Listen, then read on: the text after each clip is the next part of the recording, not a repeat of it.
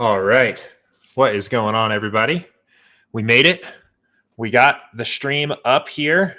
We are doing a surprise stream back at the home office here today. Had a little bit of camera issues getting everything going up here before the start of the stream. Had to do a bit of an unconventional camera angle here as well. But we are live. We made it. It is Thursday, August 11th of 2022. Thank you for tuning into the stream here today. If you're watching for the first time, first of all, welcome. Thanks for tuning in here. My name's Jordan. I'm the head coach here at SaberSim.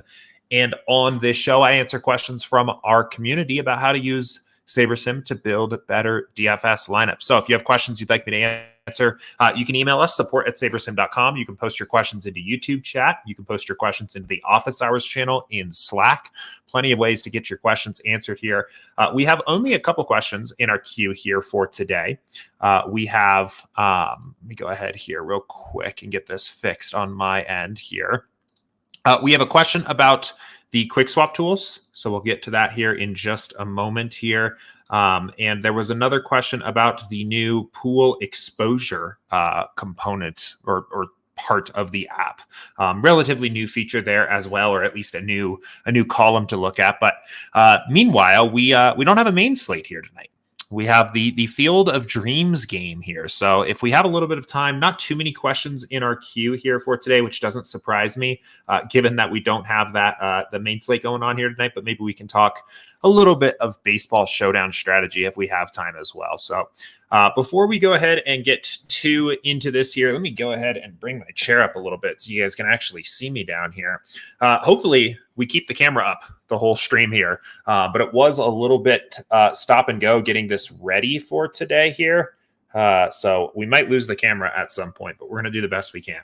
So anyway, let's go ahead and get into it here. We'll start here with Ed's question and go from there. Okay, so long question here. Jordan, a question from the situation I just encountered. I'm playing the current MLB slate. St. Louis released their lineup, and 2 players I had in several of my lineups today were out.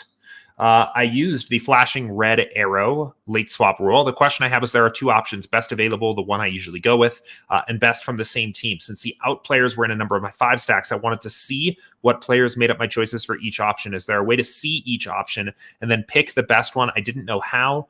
And when I didn't pick the one that I first looked at, I lost the ability to go back and see the other option. I ended up re-downloading the lineup file from DK and went back through the flashing light process to see the other option, which was the best from the same team. I ended up liking the first option more, so went through the process again and used that option to update my lineups for DK. Is there a better way to see this?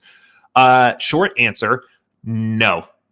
Basically, exactly what you described is what I would have recommended. I don't have a way to demo this at the moment. I didn't play the early slate here. I guess it's really the main slate here today. I don't think I have an entries file.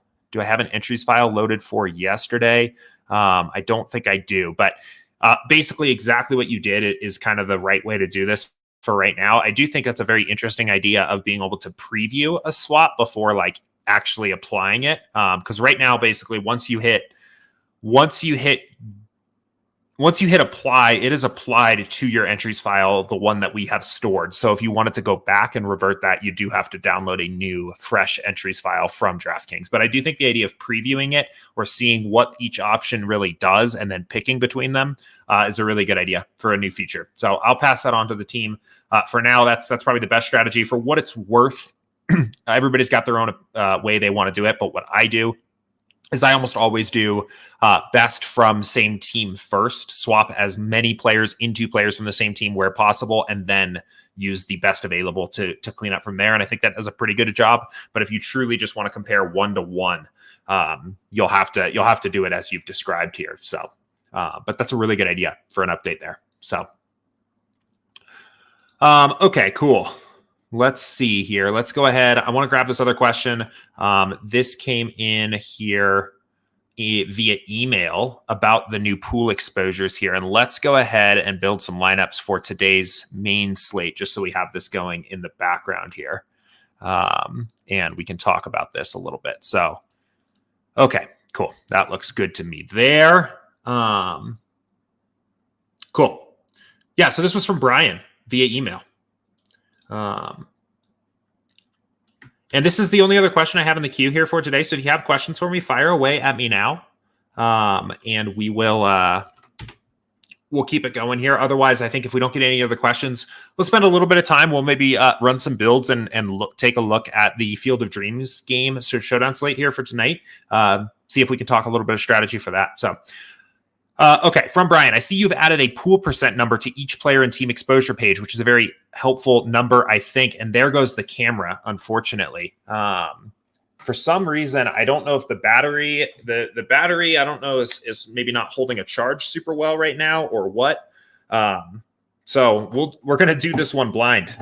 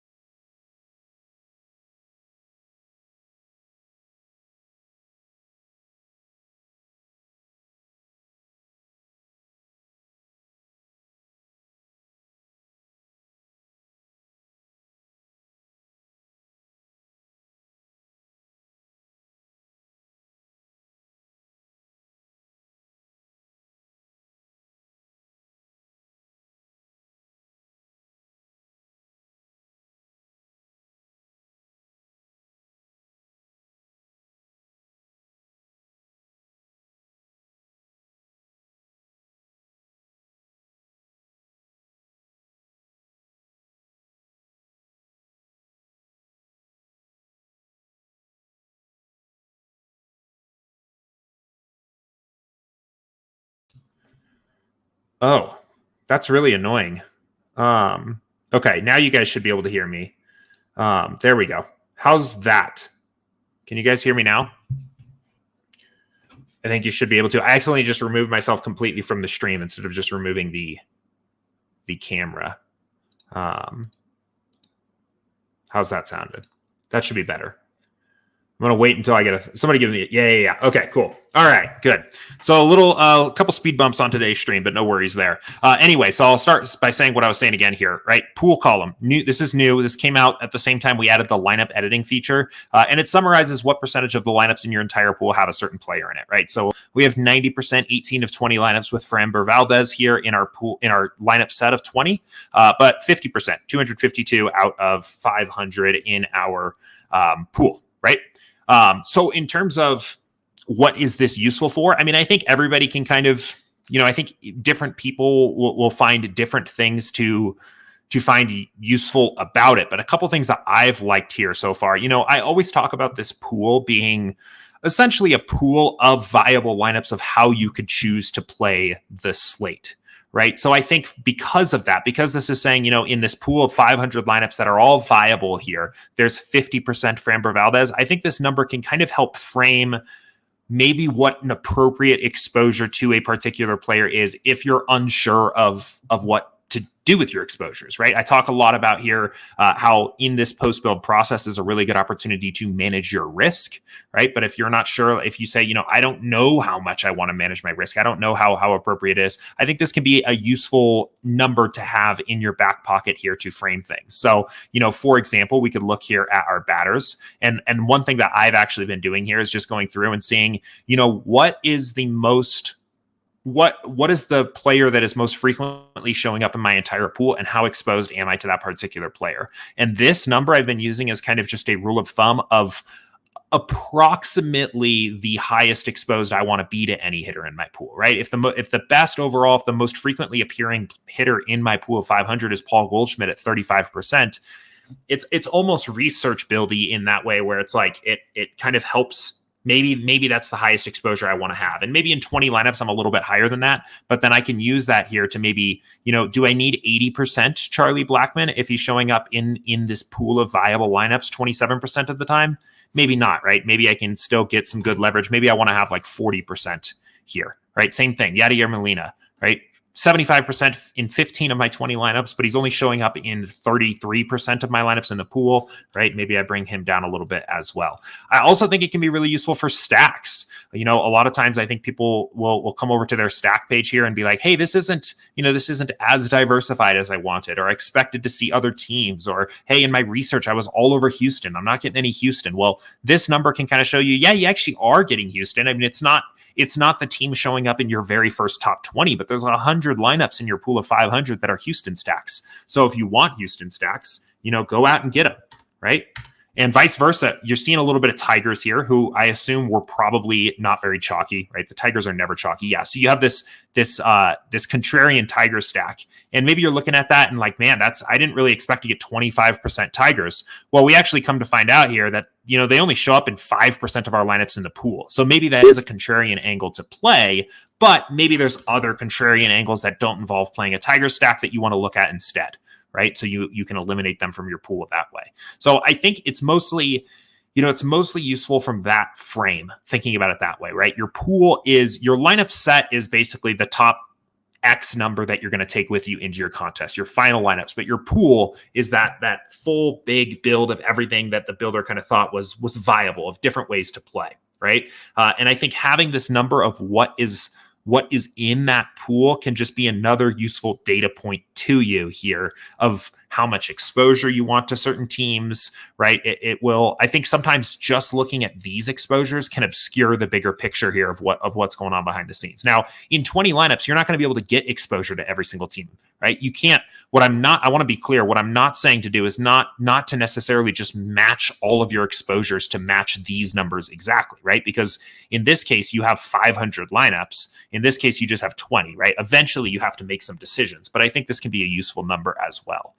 So I think, probably the most common way that I've been using this is basically as another number alongside ownership to figure out how exposed I want to be on a certain player. So if I was looking at this here and just I didn't have time to play the slate, but let's say I did, and I'm studying it for the first time, and I have to kind of decide how I'm going to play this in the next few minutes or something like that, right? A lot of times what I frequently will do is I will look at the ownership projections, the highest owned players, and the highest exposed players in the pool, and use that as an opportunity to kind of manage my risk or maybe make some decisions here. And if I'm seeing, obviously Coors Field is probably the super chalk, right?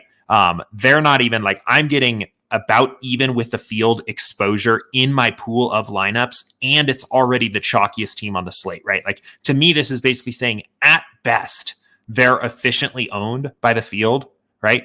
So I don't know if I want to really go above and beyond. I don't know if I want my big stand to be way over the field on Coors Field, right? Just by looking at this, it's the chalkiest team. They look to be, somewhat efficiently owned or so. I'm going to go ahead and just I'll probably maybe take a stand here. And maybe I'll do it with the stack exposures, right? Maybe I don't want more than 40%, Cardinal stacks, which kind of matches my pool exposure. And maybe I don't want more than, 35% Rocky stacks, which matches my pool exposure there. And then, suddenly, again, this is what I meant where, I only have 20% exposure to Cleveland here, and now I'm getting 45%. That's because there's a difference in sample size here. But I feel like I'm taking a little bit of a stand here now as well. So that's how I'd look at it. So good question, though. And I think, again, it's definitely not one of those things where I would say there's a right way to do this and a wrong way to do this. I think, however, I think there are creative uses to having this pool information right in front of you. Another one I think is stacks, right? Especially, occasionally. So I think SaberScore does a really good job of floating your best lineups to the top. Right? In terms of stack constructions, right? These look like good stacks. These look like the stacks I want to play. On occasion, you will see maybe there's some random 3-2 stack that sneaks in there. You might see that pop up every once in a while from time to time. Maybe it's a lineup that's really well leveraged to ownership or something like that. Sometimes I think it can be useful to look at this number here for the stacks and say, well, sure, I'm getting 1-3-2 stack, but it only shows up 1% of the time in my pool of 500. I'm just going to exit out, right? And I think it can also be a good tool if you're unsure on your actual constructions of where to go there that can be helpful. So, okay, cool.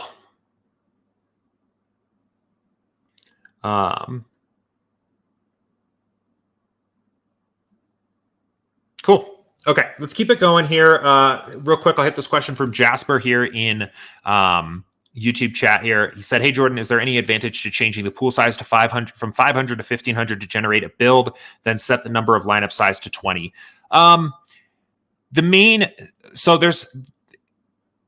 Yes, the 1500. So there's the advantage that building 1500 lineups instead of 500 is going to give you. The primary advantage is you're going to have way more lineups to work with. So I would say if you are the type of player that heavily edits exposures and makes a lot of adjustments in the post-build screen, building 1500 lineups instead of 500 is going to make that a little bit easier for you, right? You're going to have 3 times more lineups from which to work with that are all, again, like pretty well optimized for your particular contest you're playing. I think that's probably the primary advantage. I think there's a very subtle and probably very minor secondary advantage where, just the more lineups you allow SaberSim to build, the more opportunities it's going to have at building great lineups, right? Like if you told SaberSim to build 20 lineups versus 100 versus 500 versus 1500, right? Like you will get, it will do. Actually, let me put it another way. If you were sorting the top 20 lineups out of a pool of 20 lineups versus 100 lineups versus 500 lineups versus 1500 lineups, right? The more and more lineups that you're looking from, the better and better that 20 is probably going to get. With that said, 2 things. One, you should be prepared that the build is going to take longer when you are building 1500 lineups versus 500 lineups. That's, I think, common sense, but you'd be surprised how often that sneaks up on people who are used to how long a 500 lineup builds when they're trying to build before lock, and then they suddenly increase to a 1500 lineup, right? So be aware that it's going to take longer. The other thing too is that, 500 is, we've set this at 500 for a reason. We've found that for the average player, that is plenty of lineups to work with, and there isn't a significant impact on the quality of your top 20 from there versus 1500. That's why it's set there. On the flip side, I've always, anytime I'm building 150 plus, I always increase this to 1500. That's just what I always want to know, that I have at least 10 lineups in the pool per lineup in my set. That's just a rule of thumb that I use. So I play more than 150 lineups most nights, so I'm almost always increasing this to pool size 1500. If I was playing just 20, I think I'd probably be fine with the 500. And in fact, there are certain slates sometimes where I'm playing just 1 to 5. And I actually sometimes even decrease this just because I know I don't literally need 500 unique lineups. So a little bit up to you there. Some advantages to making editing exposures and finding those best lineups in your pool a little bit easier. Be aware that it can take a little bit longer to build. So, okay, a couple follow-ups on the late swap conversation that we got started with here today. So first from Mark, he said, because it was St. Louis, I actually did a real late swap because I had a lot of them. I think that's a good idea. I actually touch on that on my how to late swap in MLB DFS video on our YouTube channel. So if you haven't watched that, I think that's a great resource here. Let's just go ahead and pull that up real quick here. Just for those that don't know where it is, where to find that. So it's up at the top here. It's still in this new here section, how to late swap in MLB DFS. And I do mention that in this video that, if it's a stack that you are very heavy on, I assume most people were pretty heavy on Cardinals here today, that sometimes it can make sense to rebuild that lineup pool or late swap so that you have an opportunity to really rebuild those lineups if you have a ton of those players. So again, I'm a little bit out of context here just because I haven't even really looked at the slate so much. I didn't play it here today. I didn't realize until very late in the morning that we didn't have a main slate this evening, which I'm like a little bummed about now, but that's okay. But yes, if you have a ton of players, I think using the late swap instead can also be a good resource. And definitely check that video out if you haven't seen it yet. This video basically summarizes what I literally do when I'm late swapping every day in baseball. So David has a good question here about NFL late swap. And says for NBA, late swap was the recommendation, whereas for MLB, the new quick swap feature seems to be recommended. What will the recommendation be for NFL? Last year, I only used late swap. Good question. It's a really good one. For football, it's a little bit interesting. And I think the main reason why it's interesting is because you you really only have to late swap once, right? You have one primary late swap opportunity, and it's once the inactives report has come out for the afternoon games, typically the morning game and in the second half, and we're heading into the afternoon slate. Football is interesting. I will say, so two things. So first we'll put out a video just like we did for baseball and for basketball. That's kind of more of our official video statement on what the best way is to late swap in football. But a few things that come to mind immediately. I think if you have limited time to get it done, the best practice in football is probably going to be using late swap to rebuild rather than quick swap, just because then you know that it's rebuilding, taking everything back into account, correctly rebuilding things. I think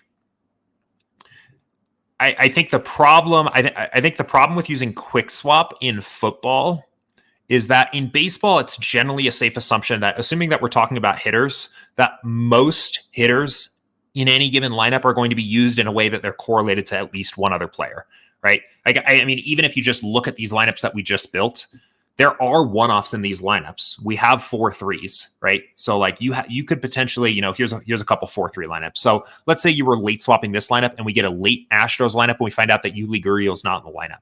And you use the late swap best player from same team, right? Like, yes, in that case, technically it would have been more correct to late swap best available because he's not stacked here. But the vast majority of any given hitter in a baseball lineup, right? The vast majority of your hitters are going to be stacked with other players of the same team. So I think it's a safe enough assumption to just use the quick swap and say best available from same team or just best available player. For football, I think it's harder because you're going to have those stacks, right? You're often going to have a quarterback.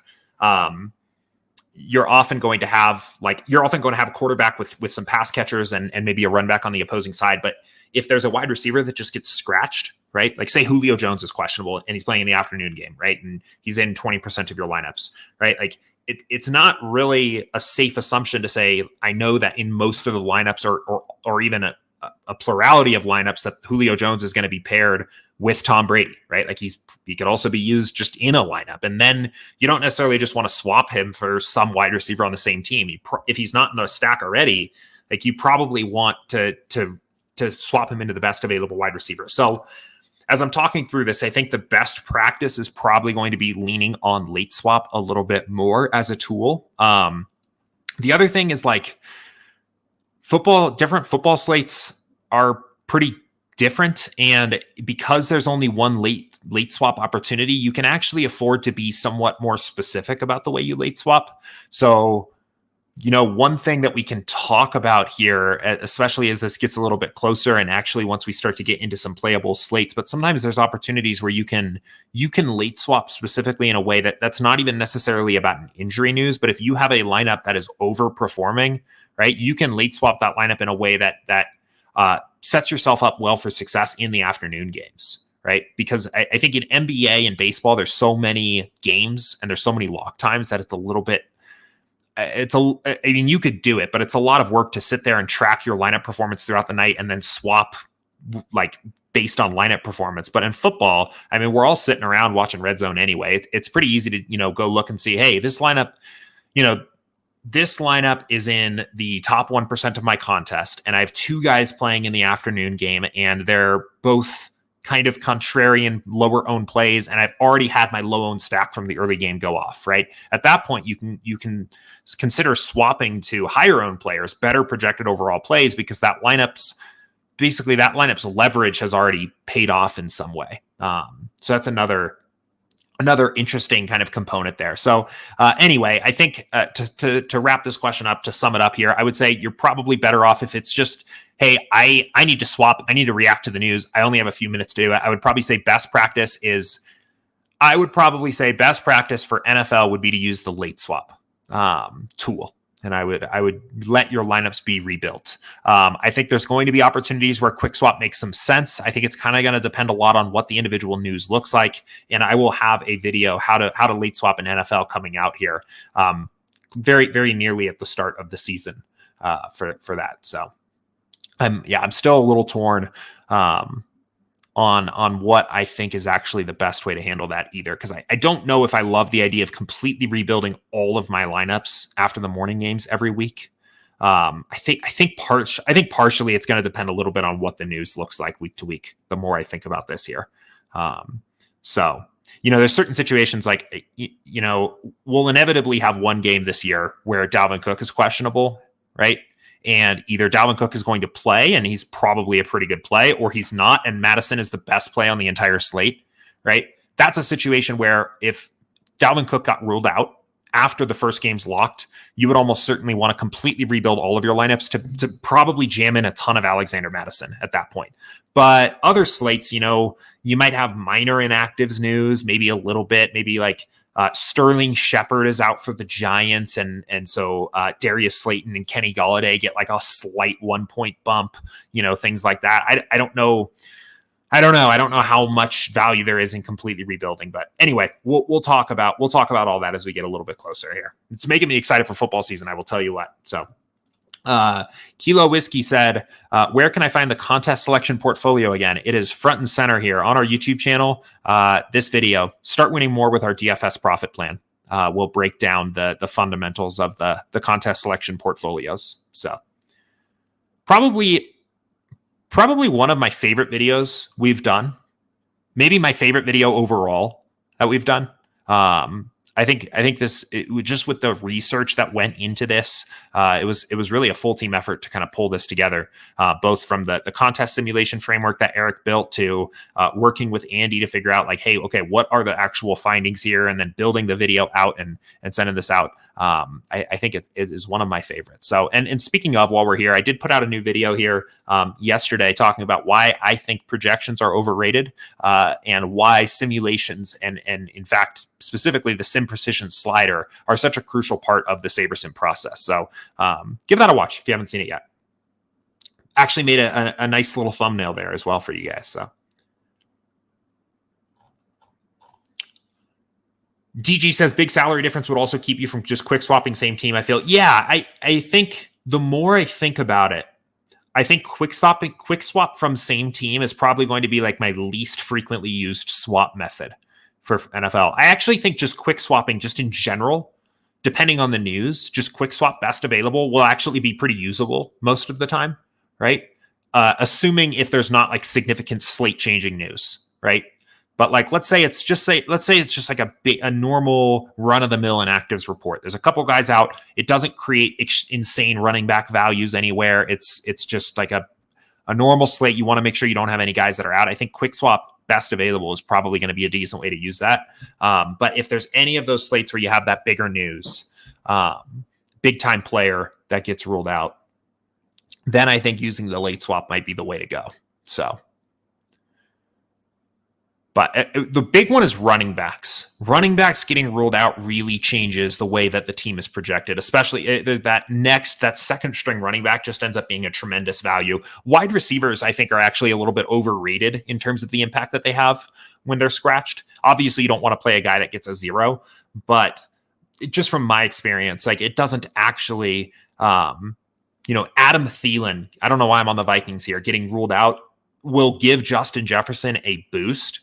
And it will give KJ Osborne a boost, but I think I think that Dalvin Cook getting ruled out as another instead there is a completely slate context changing move that I don't think is the same way for most like wide receivers or something like that. So yeah, it's interesting. Quarterbacks too, obviously a big change, but I don't think they're not questionable as often in that way. It seems like running backs are pretty common.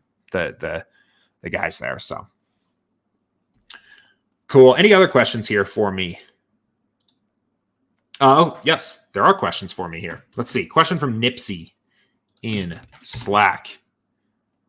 Hey, Jordan, I ran 1,500 lineups of large field GPPs on FanDuel today and shrank it down to my 150. I only got one lineup with a game stack of St. Louis and Colorado sorted by SaberScore, and I'm beginning to question its reliability as a sorting process.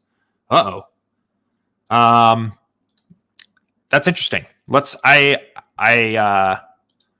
would say, first of all, generically here, that, one slate sample here of saying, I didn't, especially once you have the answers, right? Actually, I guess that game hasn't started yet. I think, well, I would say, the slate's not even over, to be fair. And also on like this kind of slider settings, right? For a 6-game slate where you're trying to beat out potentially 50,000 other lineups, which I assume that you are. I mean, keep in mind the ownership fade slider here is at 7, right? Like SaberSim is saying, hey, if you want to take down a big GPP, a big 150 max GPP for this kind of slate, you got to get off the chalk, right? There's going to be too many lineups that have combinations of Cardinals and Rockies. We might as well fade that outcome and shoot for a lower probability outcome where you have less lineups to compete with when you're right.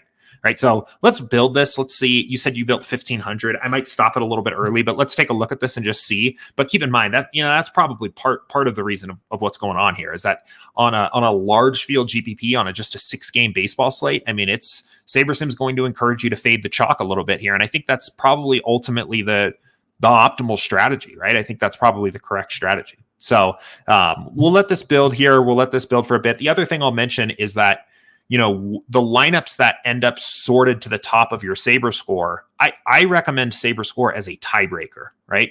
But you don't need to feel like you need to let Saber score dictate your entire strategy on the slate. And we were just talking about that pool exposure column. I think that can be really useful is, go through and dig through and look and see, okay, sure, I'm getting no Cardinal stacks or Rocky stacks in my final 150, but how many am I getting in my entire pool? And maybe you're not comfortable with taking a huge stand on the highest projected game on the slate, right? Maybe you want to back off that a little bit. That's fine. You can add back in a little bit of exposure here. I think, there is an expectation sometimes that Saber Score is going to just magically pull out the top actual scoring 150 lineups out of your 1,500 set. And that's just not realistic. I think it does a good job of identifying all other things being equal. You having otherwise no stances on how you want to play the slate. I think it does a good job of picking out a solid set of lineups to play with. I think it does better than something like average projected score, which is what most optimizers used. And that doesn't take into account ownership or correlation or anything like that at all. But it's not going to be perfect. It's not going to 100% nail it every single time. And that's part of the reason why we build this pool of lineups so that you can dial in things and make sure that you're happy with how it looks. With that said, again, I would double check that you don't have any settings set in your builder because we're not going to get the exact same lineups, but I'm certainly getting plenty of Colorado and St. Louis as well as St. Louis and Colorado game stacks.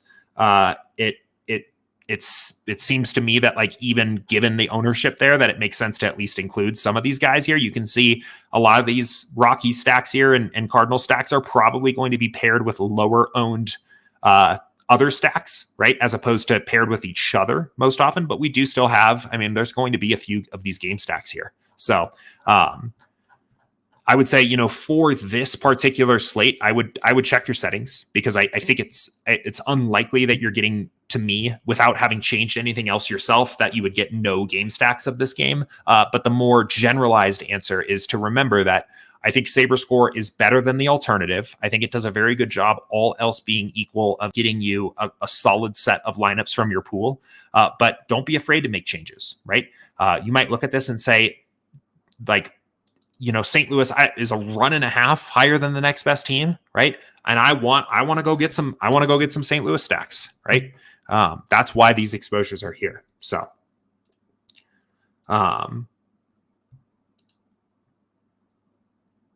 yeah.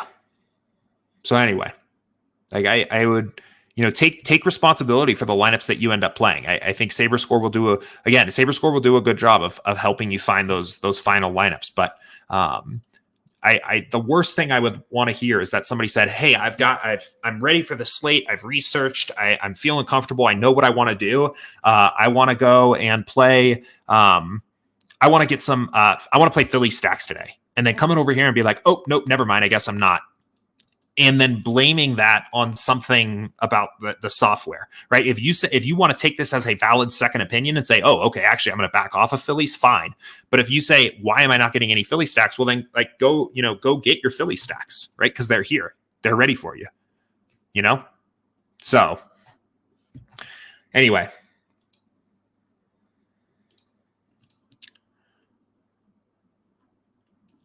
Another question from David here on the late swap stuff here. Said, I was thinking that it was mainly a Madison for Dalvin Cook situation. Quick swap might work, whereas if a QB is inactive, then a late swap is a must. Even in a Madison for situation, you may be freeing up a lot of money, so maybe it's just the late swap. Yeah, that's the main thing, is that it's not that there's just like a one-to-one swap. It's not alone that the one-to-one swap exists there, that you can just cook to Madison and be done with it. It's that you could probably cook to Madison, sacrifice like maybe 1.5 or 2 fantasy points and free up like $4,000 in salary, right? It's that your lineup constructions become so much better when that salary opens up. And actually even better said, it's not that you just want to suddenly swap your Cook lineups directly to Madison. It's that you probably want to rebuild all of your lineups and get way more Madison than you had beforehand, right? So, I think late swap in those situations is going to be really, really helpful. Jasper said, Jordan, I feel like being contrarian no longer matters and just leave it up to SaberSim. Am I right? I don't know if I entirely agree. I mean, the one thing to remember is that SaberSim is basically, contrarian, right? Being contrarian is essentially like leveraging ownership, or maybe even better said, it's exploiting ownership, right? It's taking advantage of an inefficiency where the market thinks that a player, the market generally, I would say, overvalues a well-projected player on average compared to their percent chance of reaching upside, right? And taking advantage of that. That's really what we're saying when we're being contrarian. And SaberSim, even if you do leave it up to SaberSim, I mean, SaberSim is still valuing ownership, right? We still believe that.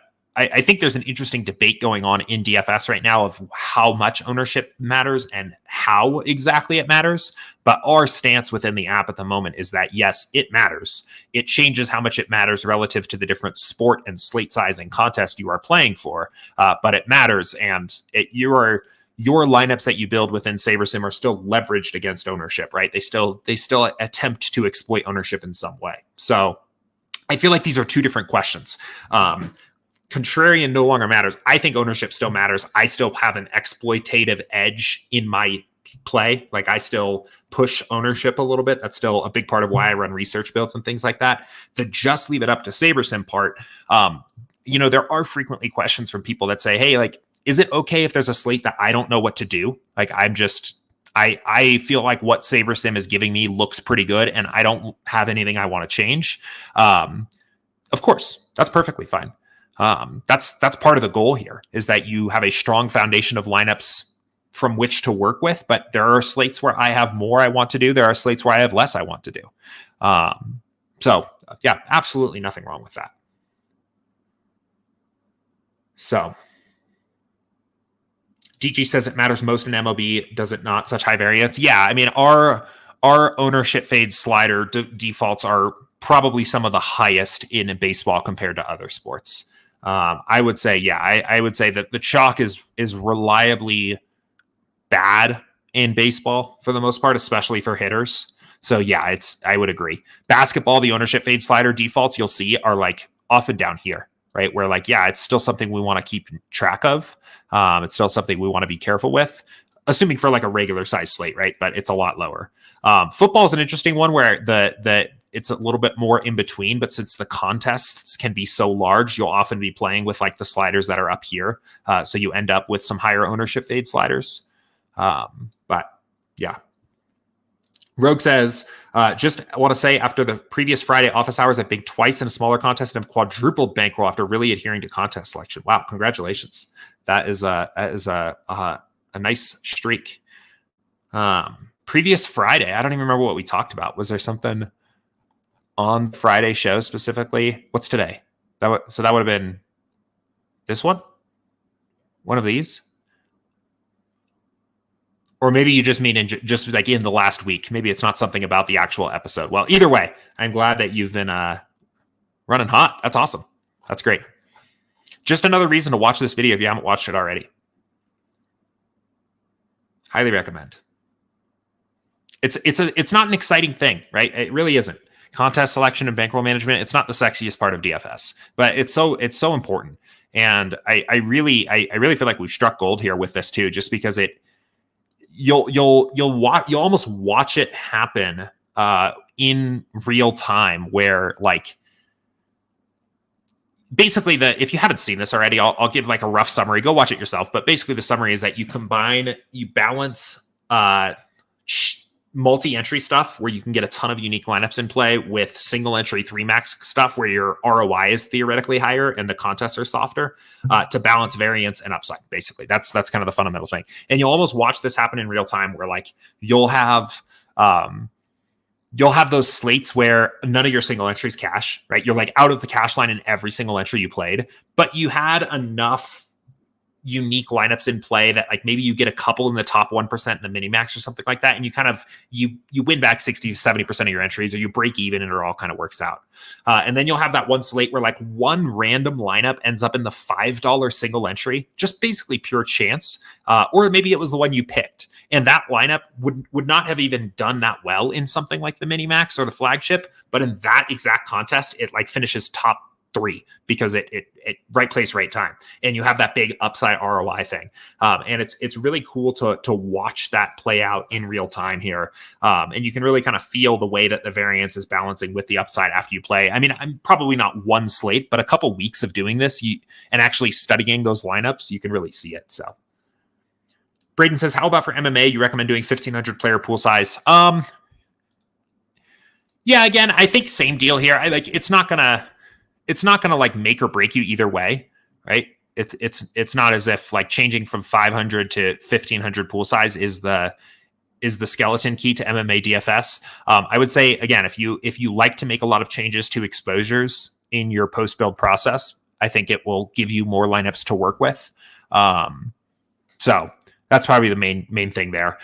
There's less lineup combinations overall available in a sport like MMA where there's just less players in the pool. So I would say, the need to build a ton of lineups is probably a little bit lower, but yeah, I think it's fine.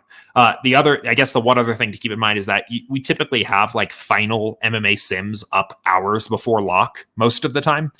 So because you have so much time to get your lineups in, I think maybe you might as well build a 1,500 lineup pool size just so you have it there so that if you do want to make a lot of adjustments to exposures, you're ready to do so. But there's not a lot of late breaking news that like you're waiting to come out for on an MMA slate. So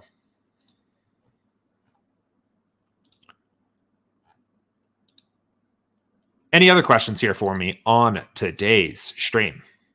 This has been a good one. This has been fun. Sorry that we are without camera.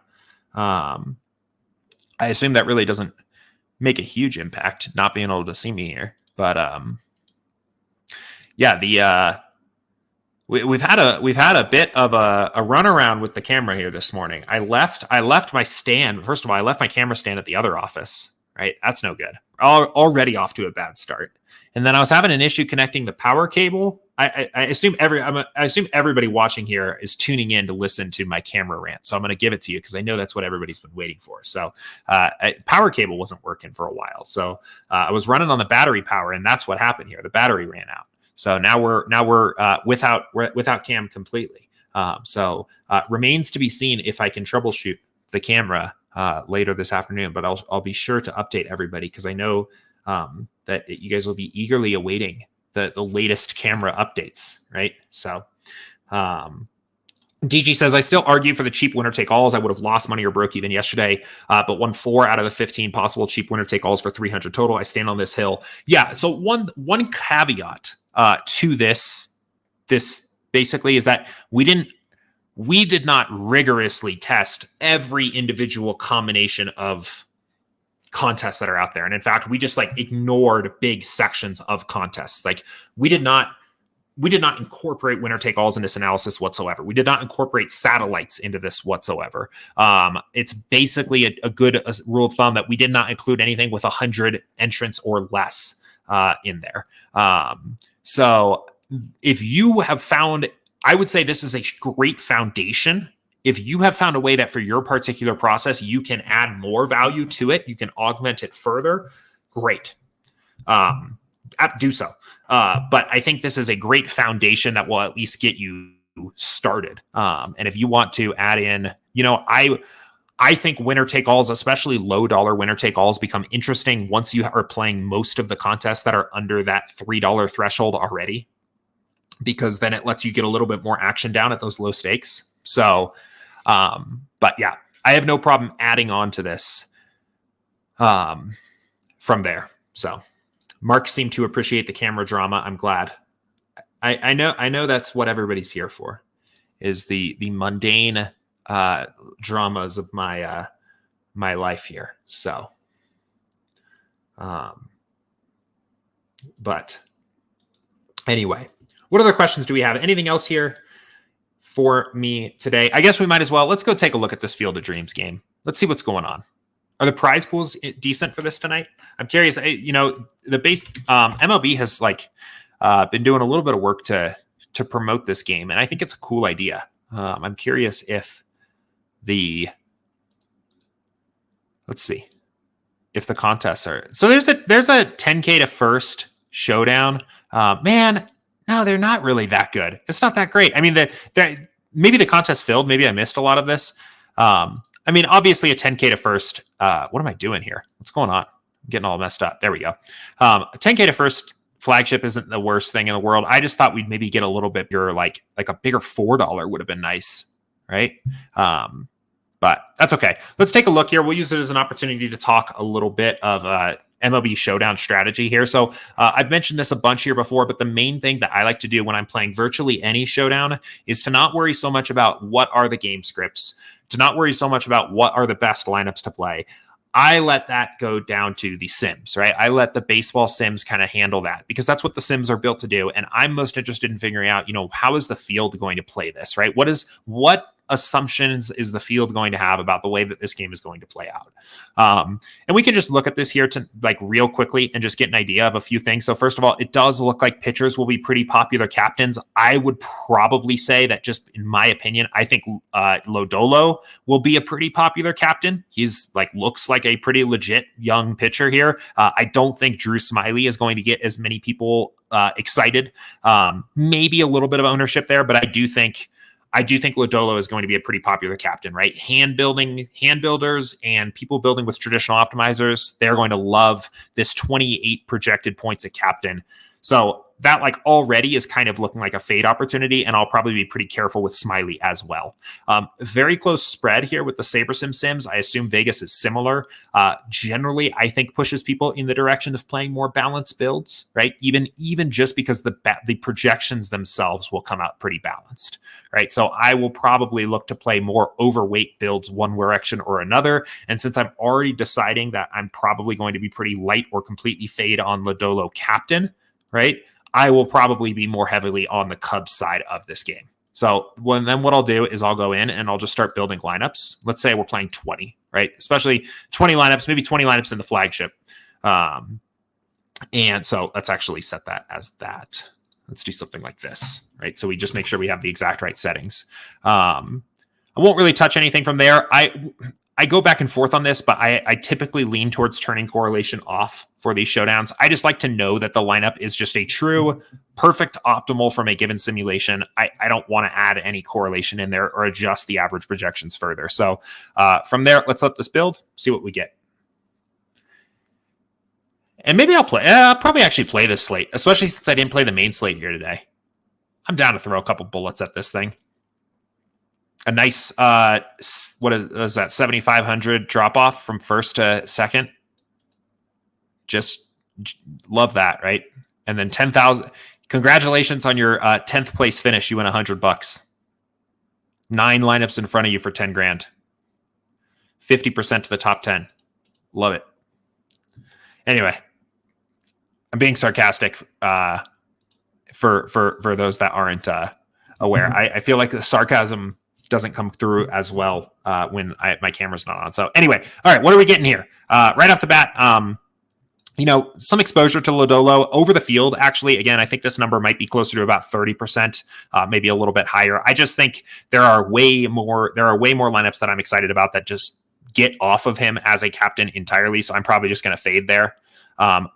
We suddenly get that one Drew Smyly lineup pop up here as well. Again, I just think it's a fade. I think just because he's going to have a higher average projection because he's a pitcher, I think it's going to be more popular than it deserves. So I'm just going to fade there as well. I'll start then looking here at the constructions a little bit. And again, I'm going to maybe take a shot here at fading these balanced builds and hoping for a less balanced outcome, right? And going that particular direction. And what I'm basically going to do, right? I'm basically I'm pushing further and further into the pool of 500 lineups from this pool to find my 20 I want to take with me, right? And what you can kind of do here, and the way I typically think about this, is like, how deep into the pool am I going with the adjustments I've made? And right now we're at lineup 41 of 500, right? We've barely even scratched the surface here. So I will typically continue to try to push this more in a direction that continues to make me more unique until I start feeling like I'm really kind of stretching out further into the pool. So let's keep going a little bit further here. Let's try playing really extremely unbalanced builds, right? Let's take that one step further and say I only want to play 5 stacks. I just basically want to assume one team, a game that is basically a pick 'em according to Vegas. I want to assume that one team kind of dominates here. And where does that take us? That takes us now, we're like basically into that top 100. And you don't need to do this just to say you did, right? I don't think that's the point of this, is not to say, hey, you're using lineups all the way to your 500 pool just because they're there. I would take this until you're happy with the results. And this might be that point right now. I don't know if I want to do anything more here. I'm fine with getting a little bit of Lodolo in the utility spot here. That's not out of control. A little bit of Drew Smiley here as well. Like, this feels pretty good to me. Sometimes the one other thing I'll look for is like if you have an Aaron Judge type or something like that playing in the game, sometimes you'll get that. Sometimes that captain, that particular hitting captain, will be very chalky, but I don't think we're going to have that with the Cubs and the Reds, right? I don't think there's a particular name that jumps out of like a guy that I think is going to be particularly chalky. One other thing you can do is, or one other thing that I like to do is target players that I think have a lot of like individual upside at their position.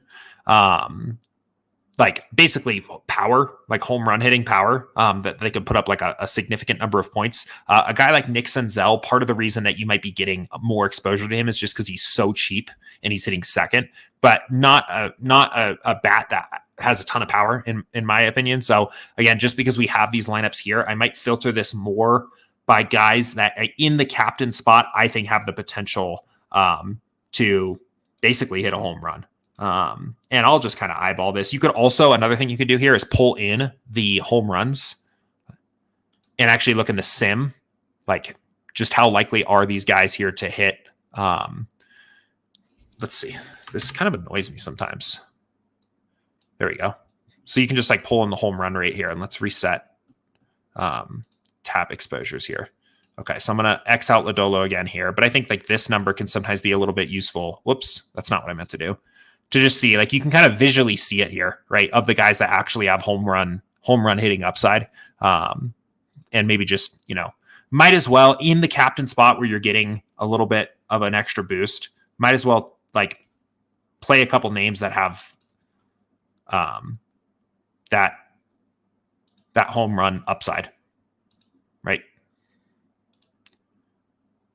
I think Morel has a little bit more power than that's letting on, along with probably Kyle Farmer, right? Those are bats that I'm okay with playing there. So something like that. Kind of like that. So this is starting to look like something I would play. I mean, you get weird lineups sometimes, right? A good rule of thumb that I've always said is if a lineup looks like something you never want to play in your life, it's probably the perfect showdown lineup. So I love, especially if you're trying to get first, right? Like in this contest, all the equity's in first, and all the equity is in getting a unique first. Nobody is going to build this lineup, right? But you know that there's a strength, like that there's at least a simulation that defends this lineup, right? Like I would love to play something like this because it's like just crazy enough to work almost. I know how like cliche that sounds, but like this is going to be so unique. Now, if you don't want to play it, fine. I won't make you play it, right? You can exit out. And I think that's another good thing too. If you're playing 20 or less lineups, always a good idea to kind of like scan through here and make sure that you like the direction. I know this is another one that like I think people are scared of doing this, where they're playing the one-off in the captain spot, and then the stack is in the utility spots. I think I hear that a lot too. Like, I feel like the upside of this lineup is so obvious, and it's likely to be unique because of that construction, right? Like Reyes, absolutely. I mean, Reyes has like 2 home run upside, right? He strikes out a lot, but if he makes contact with the ball, that thing's going to move. So you get this lineup that is just unlikely to be built by other people here. Plus, it has Lodolo in it, so you have that like negative correlation there as well. I actually like to play those kinds of lineups. Similar vibe with Morel here. I always like those. So DG says if you're good at getting stuff right, you can double down on a 5 stack you add on the main or pitcher who you think is good, translate it to the showdown and go all in. Theory I use every once and again.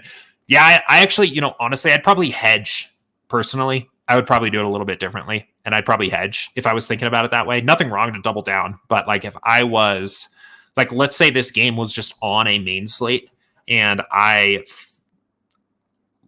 guess I wouldn't start with the showdown. Let's say on the main slate I was playing a lot of Lodolo, and there was a main slate associated with this. I would probably be even more aggressive with my fade of him here as an opportunity to hedge. And I might even do something more of like, 100% cup stacks or something as a way to like just fade, just like hedge the heavy play of Lodolo on the main slate.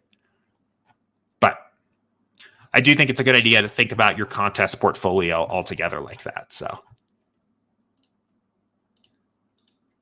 cool. All right. Well, I think we will go ahead and leave it there for today. I'm a little bit excited about this contest now. I definitely think I'm going to build some lineups here for this game. I really wish we had a legit, and maybe I just missed it. I realize, it's game starts in like 4 hours, so maybe I just missed some of the better contests. But it feels like there's nothing on tonight. Is there football tonight? I bet there's football tonight. Frickin' preseason football, of course, is taking away from all my. Yeah, there it is. All my real baseball contests. We have a 50K to first 2-game preseason contest, and I can't get a real $4 20 max on the Field of Dreams game. Come on. Anyway, thanks everybody for tuning in here today. I'll be right back again tomorrow, 2 p.m. Eastern, hopefully with a full-time camera going. Hopefully get that problem figured out here. Enjoy your 2-game preseason NFL slate. If you are playing that, enjoy the Field of Dreams game. Good luck in the rest of your FedEx St. Jude lineups. Good luck in the early slate if you played at the early slate. Hopefully, whatever side of that Coors Field game you are on, I hope it works out in your favor. And in the meantime, I will be here again tomorrow for another episode of Office Hours. So take care. See ya.